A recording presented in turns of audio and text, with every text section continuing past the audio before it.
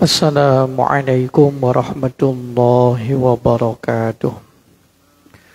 Hadrat Nabi Mustafa Sayyidina Muhammad sallallahu alaihi wasallam wa ala alihi wa ashabihi wa azwajihi wa auladihi wa dhurriyyatihi wa ahli baitihi wa jami'i ummatihi wa khususan ila Syekh Zainuddin Al-Malibari, Syekh Abu Bakar Syatotimiyati, khususnya Syekh Kiai Haji Mukhtar Syafa Abdul Ghafur Kiai Ahmad Syambi Muhammad Hashim Muhammad Syarif Syafa wa hina jami'i man hadaru fi hadzal majlisil mubarakil Fatihah. A'udzu billahi minasy syaithanir rajim. Bismillahirrahmanirrahim. Alhamdulillahi rabbil alamin. Arrahmanir rahim. Maliki yaumiddin. Iyyaka na'budu wa iyyaka nasta'in. Ihdinas siratal mustaqim.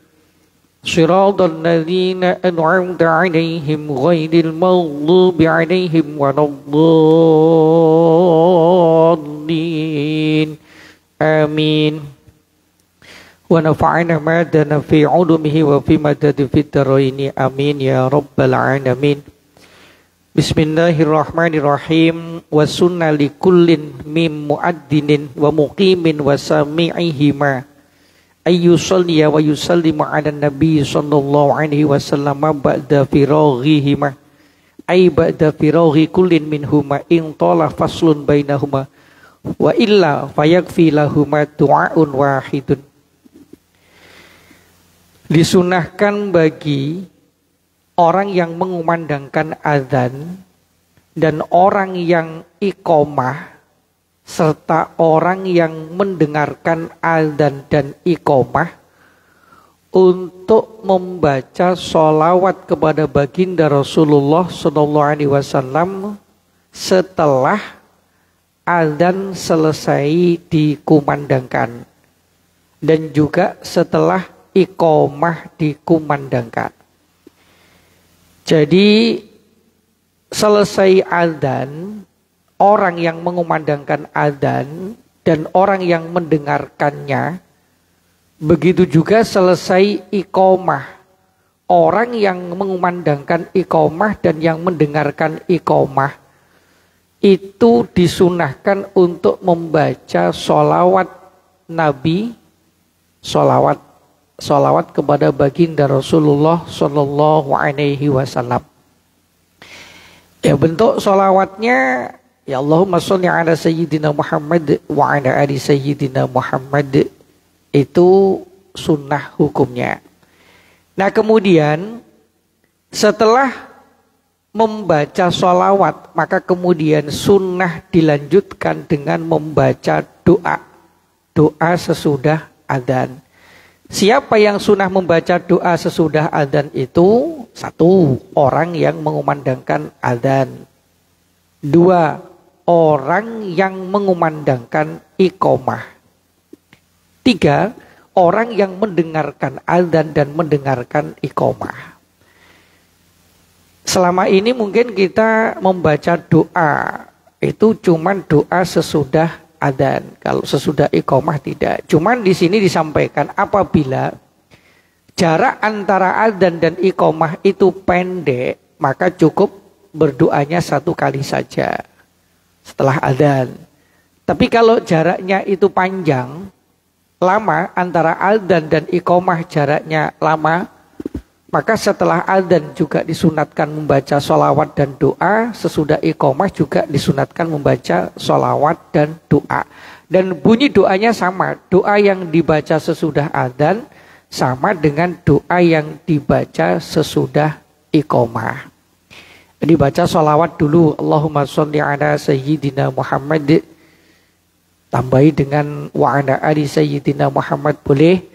Kemudian baru membaca doa sesudah adzan, Allahumma rabba hadhihi da'watit tammah wassalatil qa'imah ati sayyidana Muhammadanil wasilata wal fadilah. Boleh ditambah dengan wasyarafa wad darajatal 'aliyatar rafi'ah wa ba'athu maqaman mahmudanil ladzi wa'adtah innaka la tukhliful mi'ad. Itu sunnah hukumnya. Jadi Allahumma ya Allah Rabba hadhihi da'wati, yang mempunyai inilah panggilan, Rabba hadhihi da'wah at-tamati, yang sempurna. Kita memohon kepada Allah dat yang mempunyai panggilan yang sempurna, yaitu adzan dan iqamah. Sebab pada dasarnya adzan dan iqamah itu panggilan dari Allah Subhanahu wa taala, cuman yang disampaikan oleh seseorang yang mengumandangkan adzan dan iqamah. Kita dengar adzan, Allahu Akbar, Allahu Akbar. Sejatinya yang memanggil adalah Allah Subhanahu wa taala. Sehingga kita dipanggil oleh Allah untuk melaksanakan sholat, untuk memenuhi panggilan Allah. Segera kita tinggalkan aktivitas kita, kemudian bergegas kita melaksanakan perintah panggilan dari Allah, yaitu menyembah Allah dengan melaksanakan sholat. Jadi sejatinya yang memanggil adalah Allah, karena yang punya panggilan itu adalah Allah. Panggilan yang sempurna, dakwati tamah, panggilan yang sempurna, yaitu Allah Subhanahu wa taala. Kita memohon kepada Allah yang mempunyai panggilan yang sempurna. Allahumma rabba hadhihi da'wati tamah was sholatil qaimah, dan zat yang mempunyai sholat yang didirikan. Karena sejatinya ketika kita melaksanakan sholat kita itu semata-mata kita laksanakan hanya kepada Allah Subhanahu wa taala, hanya karena Allah Subhanahu wa taala. Zat yang memiliki sholat yang didirikan yaitu Allah Subhanahu wa taala. Apa yang kita mohonkan? Wassalatil qaimah ati sayyidana Muhammadanil wasilah. Ya Allah, zat yang mempunyai panggilan yang sempurna. Ya Allah, zat yang mempunyai sholat yang didirikan. Ati, berikanlah sayyidana, kepada junjungan kami Muhammad, yaitu Nabi Muhammad sallallahu alaihi wasallam, al-wasilah. Ati sayyidana Muhammadanil wasilah. Berikanlah al-wasilah. Apa wasilah itu? Ya a'lad darajah fil jannah. Wasilah adalah derajat yang tertinggi di surganya Allah Subhanahu wa taala. Kita memohon kepada Allah agar Allah memberikan karunia kepada junjungan kita Nabi Muhammad SAW derajat yang paling tinggi di surga. Kita memohon. Wal al-wasilata wal fadilah, dan juga berikanlah kepada baginda Rasulullah al-fadilah, keutamaan, wasyarafah, dan kemuliaan, wad darajatal aliyah, dan derajat yang tinggi, wad darajatal aliyah tarrafi'ah, derajat yang tinggi, derajat yang luhur. Wa ba'athu maqamam mahmudanil ladzi wa'atah, dan kita lanjutkan dengan doa itu, wa ba'atsu maqamam mahmudanil ladzi wa'atah. Al maqamul mahmud hiya maqamus syafa'ah fi faslil qada yaumal qiyamah. Kita mohon kepada Allah agar kiranya baginda Rasulullah adalah nanti orang yang diberikan kesempatan oleh Allah untuk memberikan syafaat. Al maqamul mahmud ay maqamus syafa'ah fi faslil qada. Jadi hanya baginda Rasulullah yang diberikan kesempatan oleh Allah untuk memberikan syafaat dan pertolongan kepada umatnya, termasuk kita ini selaku umat baginda Rasulullah. Kita memohon kepada Allah agar Allah Subhanahu wa taala nantinya memberikan kepada Nabi Muhammad SAW, membangkitkan Nabi dan kemudian memberikan kesempatan untuk memberikan syafaat pertolongan kepada umatnya, sehingga dengan doa yang kita panjatkan itu sejatinya kembalinya kepada diri kita, agar kita nanti membersamai Rasulullah mendapatkan kedudukan yang tinggi di surganya Allah, dan kita mendapatkan bagian dari syafaat yang agung yang diberikan oleh Rasulullah kepada umatnya. Di innaka la tukhliful mi'ad, dan engkau adalah zat yang tidak pernah ingkar janji. Hanya Allah zat yang tidak akan pernah ingkar janji. Jadi ini sunnah hukumnya, kita baca setelah adzan dan juga setelah iqamah. Bagi orang yang mendengar adzan, bagi orang yang mendengar iqamah, dan orang yang mengumandangkan adzan dan iqamah, disunatkan membaca doa itu. Jadi doa kita memohon kepada Allah agar Rasulullah diberikan wasilah derajat yang tinggi di sisi Allah Subhanahu wa taala, kedudukan yang mulia yang tinggi di sisi Allah, dan makom syafaat, memberikan syafaat dan pertolongan kepada umatnya. Jadi doa yang kita panjatkan memang kita panjatkan untuk Rasulullah, namun sejatinya doa yang kita panjatkan itu kalau kita niatkan panjatkan untuk orang lain, maka sebelum doa itu dikabul oleh Allah untuk orang yang kita tuju, maka doa itu akan diberikan kepada kita terlebih dahulu sebelum diberikan kepada orang yang kita tuju. Sebab doaul mar'i li akhil ghaib mustajabun wal malaikatu bis sama'i yaquluna wa anta bimithli dzalik. Doa seseorang kepada orang lain yang ghaib, yang tidak ada di tempat itu, doa yang paling mustajab, dan malaikat di langit akan mengatakan, dan kamu akan mendapatkan bagian yang sama dari apa yang kamu doakan untuk orang lain tersebut. Kita mendoakan kepada baginda Rasulullah, sejatinya kita mendoakan kepada diri pribadi kita. Makanya kalau kita berdoa untuk diri kita sendiri, mungkin ini ada dibarengin dengan perasaan-perasaan kepentingan pribadi dan juga rasa ambisi yang terlalu tinggi. Tapi kalau kita mendoakan orang lain, pasti ikhlas, pasti semata-mata hanya mengharap karunia dari Allah.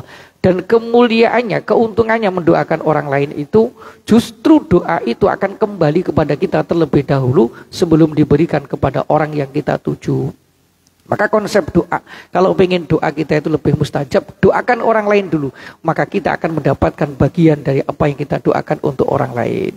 Setelah kita berdoa untuk diri kita, keluarga kita, doakan orang lain. Ya Allah, ya Tuhanku, mudah-mudahan saudara-saudaraku, teman-temanku, keluargaku, tetanggaku, jamaah Masjid Al-Kafah misalnya, berikan kehidupannya menjadi kehidupan keluarganya sakinah, mawaddah, warahmah, karena mereka rezeki yang banyak, manfaat, barokah, masalah dunia akhirat.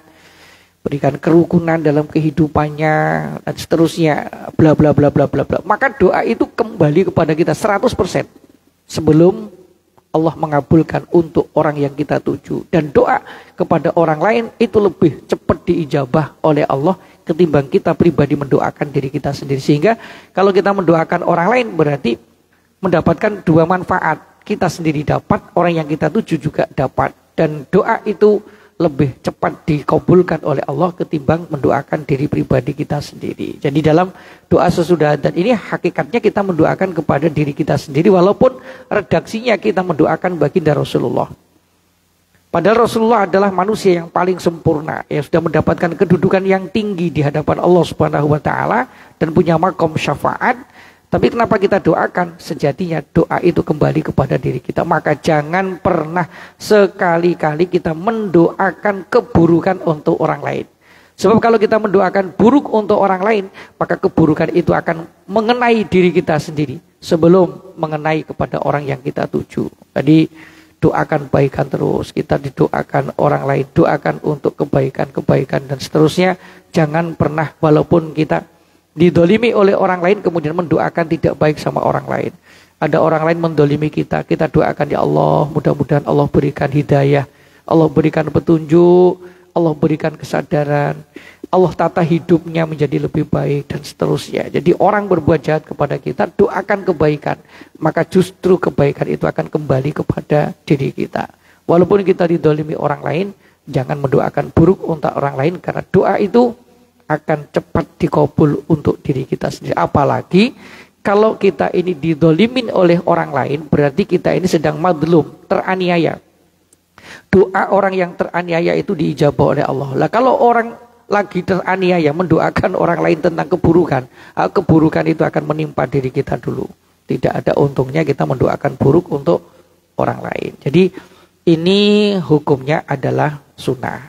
Jadi setelah iqomah pun, kalau jarak antara adzan dan iqomah itu panjang, maka tetap setelah iqomah juga disunahkan untuk membaca doa sama seperti doa yang kita baca sesudah adzan.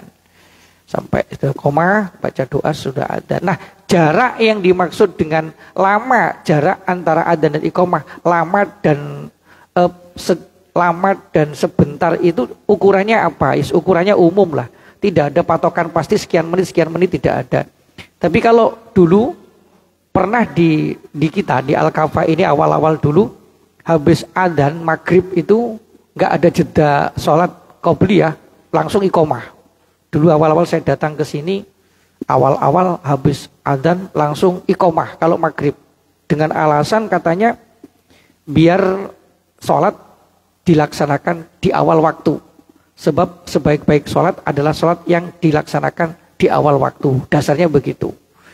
Namun seiring perjalanan waktu, karena air sering mati, sering macet, akhirnya kalau dilakukan adzan langsung iqomah, banyak yang masbuk, banyak yang terlambat, kemudian diadakan jeda antara adzan dan iqomah di selain jeda untuk bisa memberi kesempatan seseorang melakukan sholat tahiyatul masjid dan juga sholat qobliyah. Nah kalau demikian berarti apakah kemudian sholat kita tidak dilaksanakan di awal waktu? Tidak, tetap di awal waktu. Walaupun di jeda antara adzan dan iqomah ada sekitar 10 menit, itu tetap sholat yang kita lakukan adalah sholat di awal waktu. Bukan kemudian kehilangan pahala melakukan sholat di awal waktu, tidak. Sebab kita memang sudah ready dari sebelumnya untuk melaksanakan sholat. Bahkan kita mendapatkan tambahan pahala yaitu bisa melakukan sholat qobliyah maghrib, walaupun secara hukum bukan termasuk yang muakkad, tapi ghairu muakkad, tapi tetap disunahkan bisa melakukan sholat qobliyah dan bisa memberi kesempatan orang-orang untuk ikut jamaah secara sempurna, tidak masbuk disebabkan karena ada jeda, dan tidak mengurangi kalau sholat itu dilakukan di awal waktu. Jadi tetap kondisinya seperti itu. Wa tusanu as-salatu ala Nabi sallallahu alaihi wasallam qabla al-iqamah ala ma qalahu Nawawi fi Syarhil Wasit. Dan kemudian membaca sholawat itu juga disunatkan sebelum iqamah, sebelum mengumandangkan iqamah. Qabla al-iqamah bagi orang yang mengumandangkan iqamah. Sebelum iqamah Allahumma shalli ala Muhammad, Allahu akbar, Allahu akbar, asyhadu an la ilaha illallah, asyhadu anna Muhammadar Rasulullah. Hayya 'alas shalah, hayya 'alal falah, qad qamatis shalah, qad qamatis shalah. Allahu akbar, Allahu akbar, la ilaha illallah.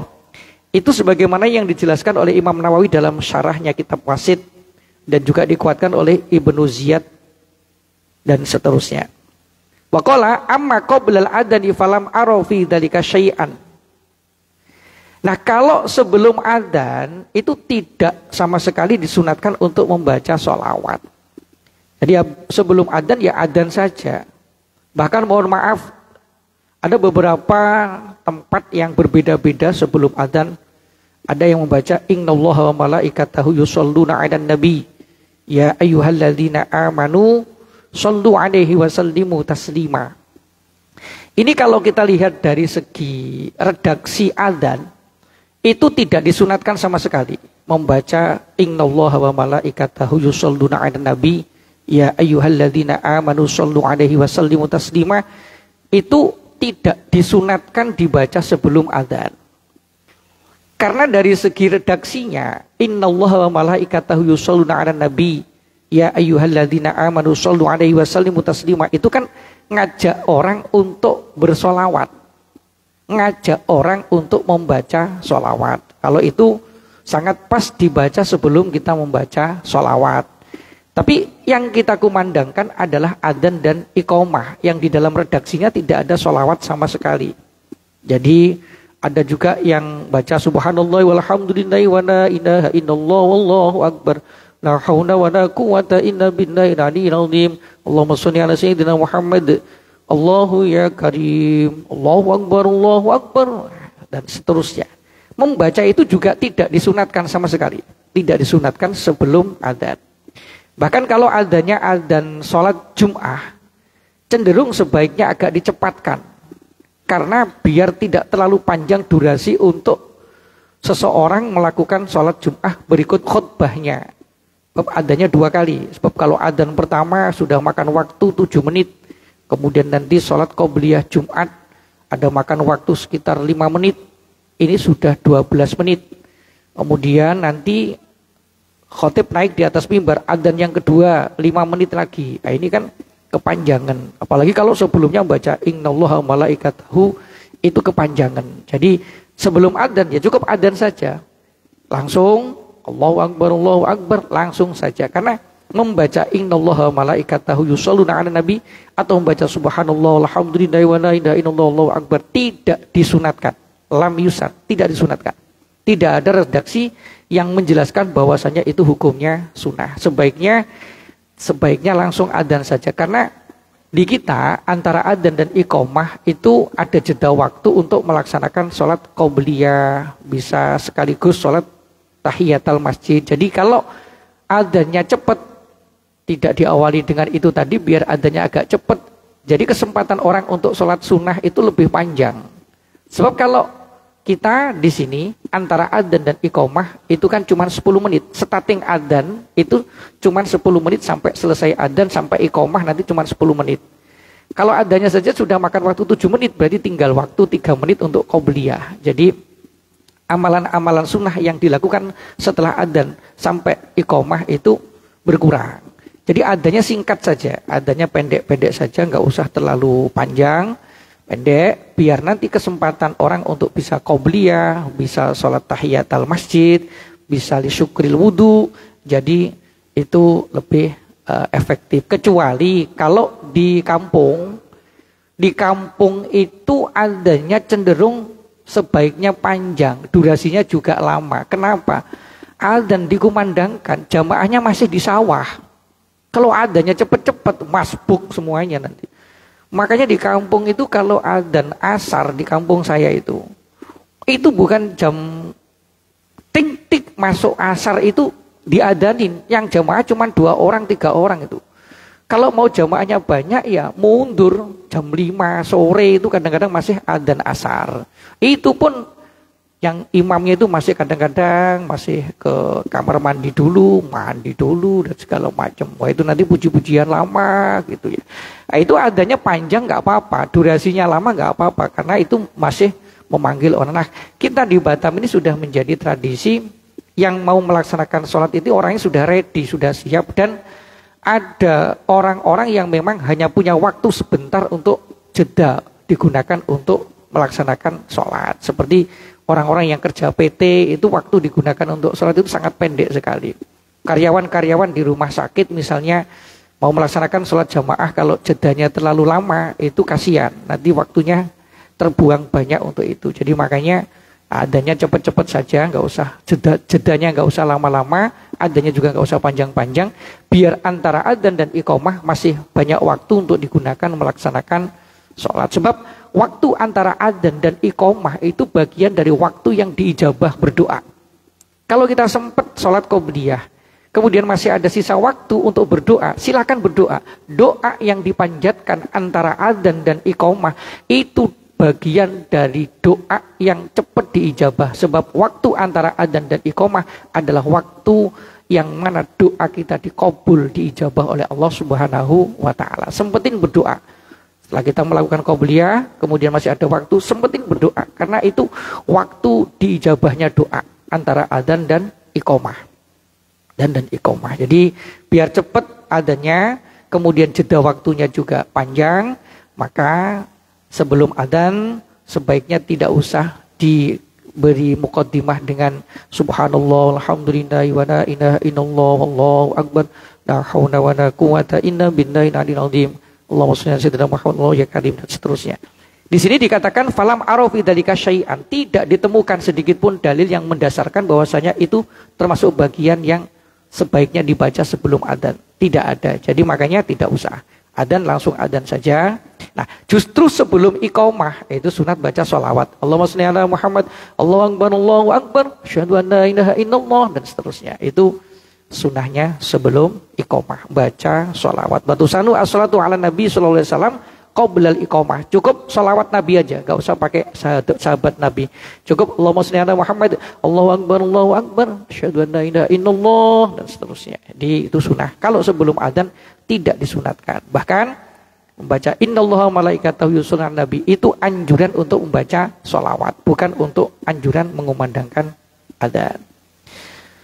Kemudian yang berikutnya terkait tentang masalah fawaid, ada banyak faidah, ada beberapa faidah. Namun yang ingin Saya sampaikan di sini cuman satu saja.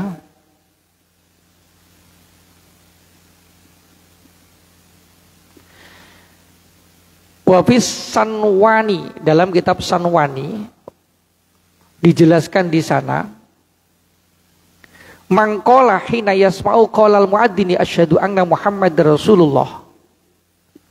Barang siapa yang mendengar orang yang lagi mengandangkan adzan sedang membaca asyhadu anna Muhammad Rasulullah, pada saat muadzin baca asyhadu anna Muhammad Rasulullah, kemudian orang yang mendengar itu membaca doa marhaban bihabibi wa qurrati aini Muhammad ibn Abdillah sallallahu alaihi wasallam.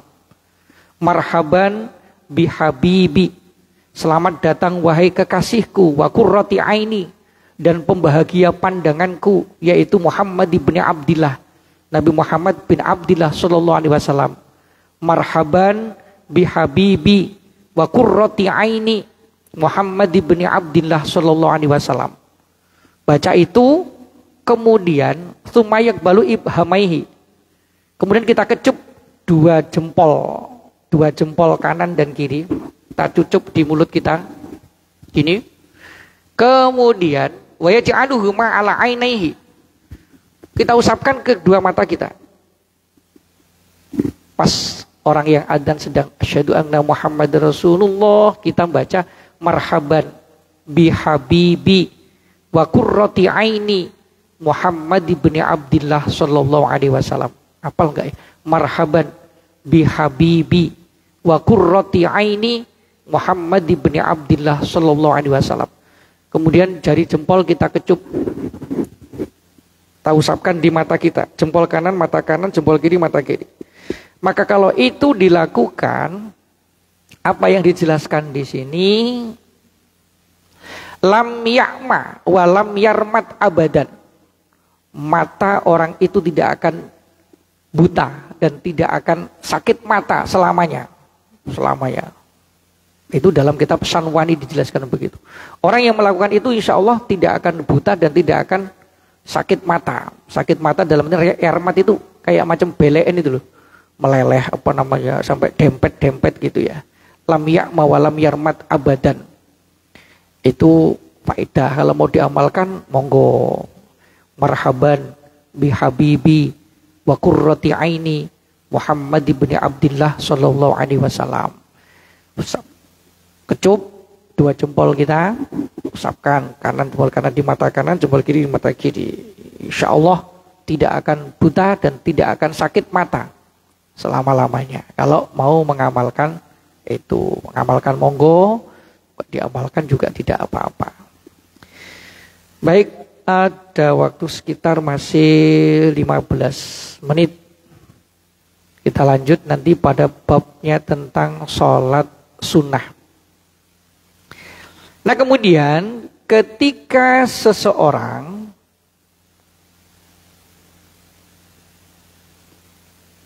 Far'un afta'al bulkini fiman wafaqo firaguhu minal wudu firagul muaddini bi annahu ya'ti bidzikril wudu di annahu lil ibadah allati faragha minha summa bidzikril adan qala wa hasuna ayatiya bi syahadatil wudu summa bidu'ail adan dita'alluqihi bin nabi sallallahu alaihi wasallam summa bidu'ain li nafsihi. Nah sekarang kalau ada orang ketika dikumandangkan adzan itu kita sedang wudu. Kalau wudunya bukan di di toilet ya, wudunya di tempat wudu, yang di tempat wudu itu kan tidak ada najis di situ. Maka pada saat kita wudu mendengar adzan, menjawab boleh apa tidak? Ya boleh, jawab saja, menjawab adzan pas kita wudu. Allahu Akbar, jawab Allahu Akbar dan seterusnya. Nah, kalau nanti selesai kita wudu bareng dengan selesainya adzan di sini, kita selesai wudu disunatkan untuk membaca doa sesudah wudu. Selesai adzan juga disunatkan membaca doa sesudah adzan. Maka mana yang kita dahulukan? Maka dalam hal ini ya'ti bidzikril wudu li annahu lil ibadah allati faragha minha.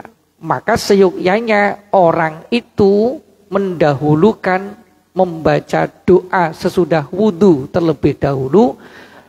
Sebab doa yang dibaca sesudah wudhu bagi orang yang berwudhu itu adalah bagian daripada ibadah yang dilakukan memang bertepatan dengan selesai ibadah yang dia lakukan, yaitu wudhu. Jadi doa sesudah wudhu itu memang khusus ibadah yang hanya dilakukan oleh orang yang berwudhu. Sementara orang yang mendengar adzan juga disunatkan untuk membaca doa sesudah adzan. Jadi mana yang didahulukan? Dahulukan membaca doa sesudah wudhu terlebih dahulu. Kemudian baru nanti dilanjutkan dengan membaca doa sesudah adzan. Selesai wudhu langsung asyhadu an la ilaha illallah wa syarika lahu wa asyhadu anna muhammadan abduhu wa rasuluh. Allahumma ja'alni minat tawwabin wa ja'alni minal mutatahhirin wa ja'alni min ibadikas sholihin. Sambung dengan Allahumma shalli ala sayyidina Muhammad. Allahumma rabb hadhihi da'wati tamma salatil qa'imah di sayyidina Muhammadanil wasinata wal fadilah wa ba'thu maqama mahmudan alladhi wa'ata innaka la tukhliful mi'ad bi rahmatika ya arhamar rahimin. Jadi dahulukan doa sesudah wudu terlebih dahulu, karena dia memang sedang melakukan wudu, berarti yang tepat adalah melakukan doa sesudah wudu. Itu ada rentetannya. Nah, kemudian doa sesudah adzan lakukan nanti sesudah adzan.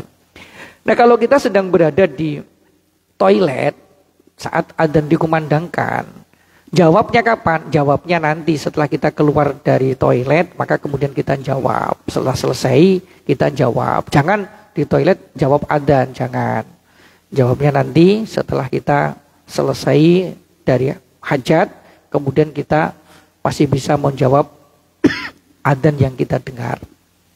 Itu terkait tentang masalah adzan dan iqamah. Ada pertanyaan? Enggak ada kayaknya. Intinya gitu. Saya ulang sedikit terkait tentang masalah keutamaan adzan. Kemarin sudah disampaikan adzan dengan jadi imam itu lebih banyak mana pahalanya. Ada khilaf perbedaan. Ulama sebagian mengatakan lebih utama mengumandangkan adzan daripada menjadi imam. Tapi ulama yang lain mengatakan lebih utama jadi imam ketimbang adzan. Dasarnya mana? Baginda Rasulullah SAW bersama para sahabat buktinya cukup menjadi imam, tidak pernah mengumandangkan adzan. Nah, tapi adzan, orang yang mengumandangkan adzan itu nanti pahalanya akan mendapatkan pahala sejumlah orang yang hadir di masjid karena mendengar adzan dia. Wah, ini banyak kali ini ya. Pengen juga saya adzan sekali-kali. Jadi kan saking besarnya pahala. Maka adzan, kalau ada orang itu tahu tentang keutamaan adzan dan berada di saf pertama dalam sholat berjamaah, maka niscaya dia akan berebut. Bahkan kalaupun harus undian, akan diundi terlebih dahulu. Siapa yang adzan hari ini? Siapa? Makanya ada salah seorang habib di Yaman sana, katanya saya dengar dari seorang habib cerita, beliau di situ itu imam besar, tapi juga adzan, kemudian iqamah, kemudian sekaligus jadi imam, diborong sendiri, yang lain nggak kebagian, saking besarnya pahala adzan. Nah, apa perlu juga saya sesekali adzan, kemudian iqamah, imam juga itu, jadi biar yang lain nggak kebagian, saya ambil juga pahalanya. Harus ini bagilah pahalanya biar nggak dimonopoli, tidak ya. Jadi kenapa? Karena adzan itu orang yang mengumandangkan adzan benar-benar harus orang yang amanah, dapat dipercaya. Sebab adzan itu menjadi patokan, apalagi adzan maghrib saat bulan Ramadan. Hati-hati betul itu. Jangan sembarangan adzan kalau belum benar-benar waktu maghrib tiba. Sempet nanti muadzinnya ketiduran pada asar, bangun kaget, udah gelap, dikira udah maghrib, adzan, orang udah buka semuanya. Habis itu ternyata masih belum maghrib. Wah, gimana nanti caranya? Udah terlanjur berbuka gara-gara dengar adzan, padahal belum maghrib. Siapa yang dosa itu? Wallahu alam, yang dosa siapa? Maka harus benar-benar orang yang benar-benar bisa menjaga amanah. Dan orang yang mengumandangkan adzan harus benar-benar tahu kapan waktu masuk waktu sholat. Di satu kampung itu ada satu masjid yang itu benar-benar menjadi patokan. Kalau masjid itu belum adzan, musola itu belum ada yang berani mengumandangkan adzan. Muadzinnya itu benar-benar tepat waktu itu, jam segini dia langsung adzan itu ya. Baru nanti diikutin oleh musola yang lain. Jadi harus benar-benar amanah orang yang tahu betul waktu sudah masuk atau belum. Jadi itu masalahnya. Kenapa? Karena adzan kok pahalanya besar, karena itu tadi orang yang amanah. Sementara imam itu menanggung jamaah. Buktinya kalau misalnya ada makmum yang masbuk, maka tidak cukup membaca Fatihah, langsung saja ikut rukuk. Bahkan kalau ada orang baru datang, sementara imam sudah rukuk, langsung niat, kemudian gak usah baca apa-apa, langsung ikut rukuk, bisa rukuk bareng dengan imam sempurna, maka Fatihahnya makmum masbuk tersebut sudah ditanggung oleh imam. Jadi beratnya imam itu untuk menjadi orang yang menanggung daripada, maka imam itu absolut, mutlak. Kekuasaannya mutlak jadi imam itu. Bahkan kalau terjadi imam sholat kok keliru, kemudian diingetin sama makmum kok lanjut saja. Maka dalam hal ini makmum harus nurut, ngikut daripada imam. Maksudnya keliru dalam hal ini misalnya waktunya baca tasyahud awal kok lanjut berdiri, ya diingat subhanallah. Itu ya tetap harus ngikut berdiri. Bahkan kalau ada makmum mengingatkan imam dengan baca subhanallah, niatnya kok ngingetin imam, batal itu. Makmum salah, subhanallah, dalam hatinya saya ngingetin imam ini, karena dia salah, batal sholatnya. Karena imam itu absolut mutlak, dijadikan untuk liuk tanpa diikuti secara mutlak. Maka jadi imam juga gak sembarangan, harus benar-benar ngerti tentang kaidah-kaidah ilmu fikihnya sholat, paham tentang di samping bacaan juga memang harus mengerti tentang koridor-koridor kaidah-kaidah terkait tentang masalah sholat. Nah, namun demikian kalau seandainya kita sedang berada di musola musafir, tempat orang singgah misalnya di musola bandara atau di musola rumah sakit dan seterusnya, kita ini belum pede jadi imam, kita sholat sendiri. Tiba-tiba ada orang ngikut di belakang kita, pegang punggung, ya sudah. Wah, jangan kemudian dibatalkan. Aku belum layak jadi imam, batal kamu aja yang makmum jadi imam depan, kemudian ulang lagi sholatnya ya. Sudah sebisa-bisanya. Bismillah, lanjutkan. Jadi kalau itu terjadi berarti apa yang kita lakukan? Kita sholat sendiri, kemudian ada orang ikut kepada kita, pegang punggung kita tahu. Nah, niat kita harus segera merubah menjadi imam. Saya niat jadi imam karena Allah. Kemudian lanjutkan sholatnya. Niat jadi imam. Karena kalau kita nggak merubah niat menjadi imam, kita tetap dapat pahala sholat munfarid sendiri. Sedangkan makmum dapat pahalanya berjamaah 27 derajat. Kita yang diikutin cuma dapat 1. Karena kita tidak merubah niat menjadi imam. Jadi merubah niat menjadi imam boleh apa tidak? Boleh. Itu kan cuma status imam dan makmum, itu dirubah niatnya nggak apa-apa. Langsung saya niat jadi imam karena Allah, lanjutkan bacaannya sebisa-bisanya. Karena paling-paling yang ikut di belakang kita 1 atau 2 kalau cuma megang punggung seperti itu, dilanjutkan saja. Baca suratnya nggak usah yang panjang-panjang, pendek-pendek saja, yang aman-aman saja, daripada nanti terjadi macet di tengah jalan. Ini baik, saya kira untuk malam hari ini sampai di sini dulu waktunya. Kemudian insyaallah nanti kita sambung pada bab salat sunnah. Wallahu a'lam bishawab. Subhanakallahumma bihamdik, asyhadu an la ilaha illa anta astaghfiruka wa atubu ilaik. Assalamualaikum warahmatullahi wabarakatuh.